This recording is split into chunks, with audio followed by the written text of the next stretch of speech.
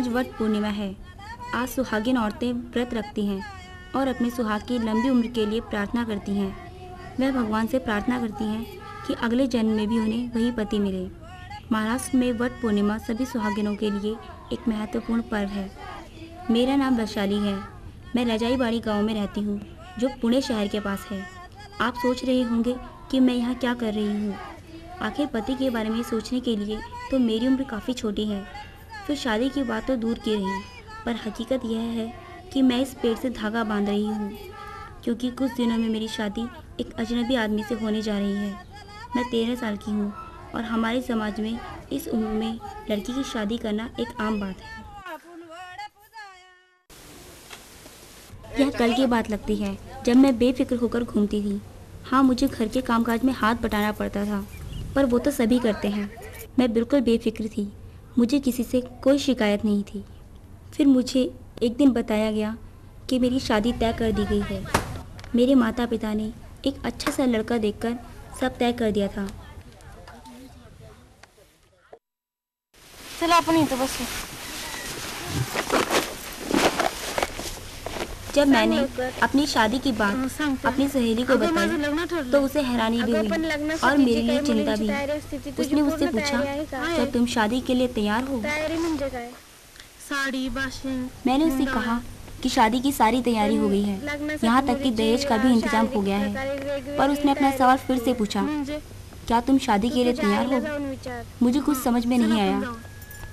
फिर उसने मुझे गांव की समाज सेविका से मिलने को कहा।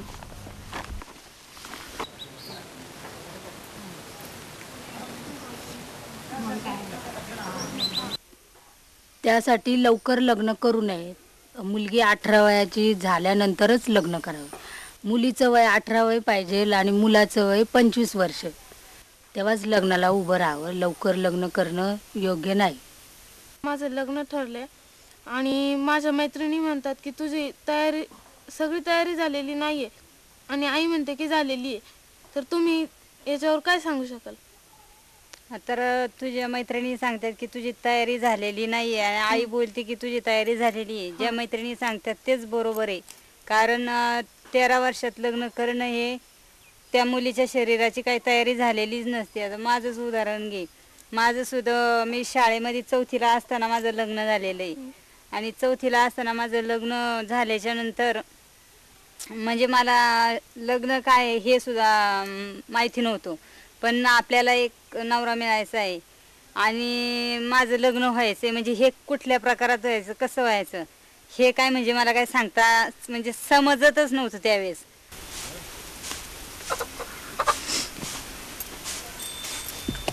मुझे समझ में आने लगा कि मेरी सहेली मुझसे क्या कहना चाहती थी।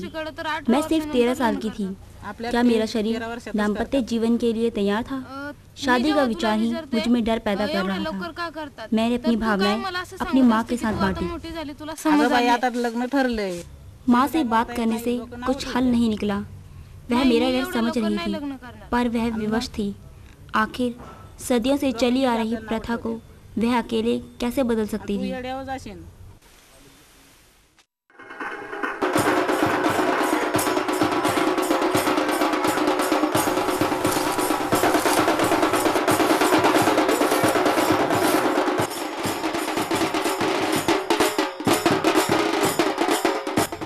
आखिर मेरी शादी का दिन आ ही गया, एक बहुत बड़ा दिन।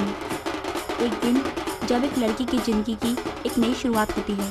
एक दिन जो उसकी ज़िंदगी में नई खुशियाँ, नई उम्मीदें लाता है। मैं आज अपना जीवन किसी और को समर्पित करने जा रही हूँ, पर आज मैंने एक और प्रण लिया है। मैंने अपने गांव की समाज सेविका के साथ कार्य करने की ठान ली है। मैं अपनी शादी तो नहीं रोक सकी, पर और लड़कियों का जीवन तो संवार सकती हूँ।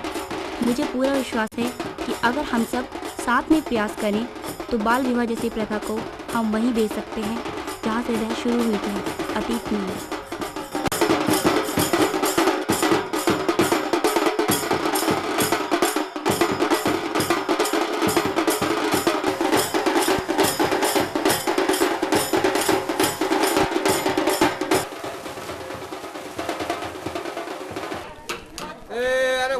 लग्न लागल्यानंतर जेवल्याशिवाय जावं नका म्हणा।